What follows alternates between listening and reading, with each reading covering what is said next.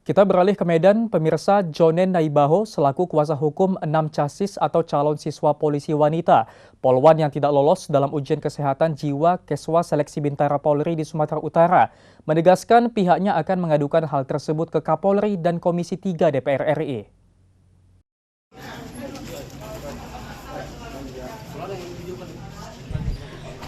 Nasib 6 casis Polwan yang dinyatakan tidak lulus dalam tahap ujian Keswa penerimaan Bintara Polda Sumut hingga kini belum jelas meskipun mereka telah dipanggil pihak Polda Sumut pada 20 Juni lalu.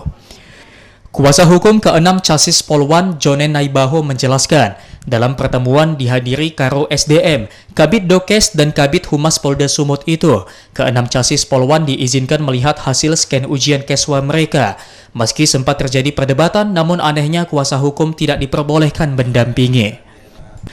Tetapi ketika diminta memperlihatkan perbandingan nilai antara casis Polwan yang lulus dengan tidak lulus, yang merupakan tuntutan mereka dari awal, tim panitia menolaknya dengan alasan privasi. Kuasa hukum ke-6 casis melihat dari awal sudah ada tanda-tanda kecurangan, seperti tim panitia yang meminta jawaban ke-6 casis Polwan diubah karena jawabannya sama.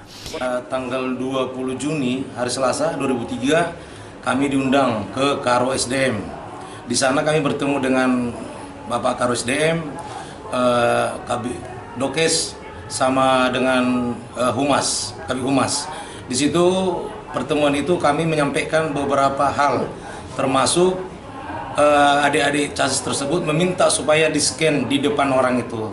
Ketika itu ada perdebatan dikit dan akhirnya diizinkan. Tetapi hanya dia sendiri yang boleh men-scan, tidak boleh dampingi penasihat hukum gitu.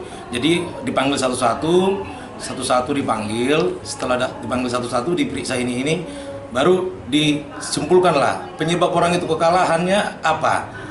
Kemarin dokter panitia menyatakan bahwa kalahnya itu karena akibat kebohongannya sampai 80%.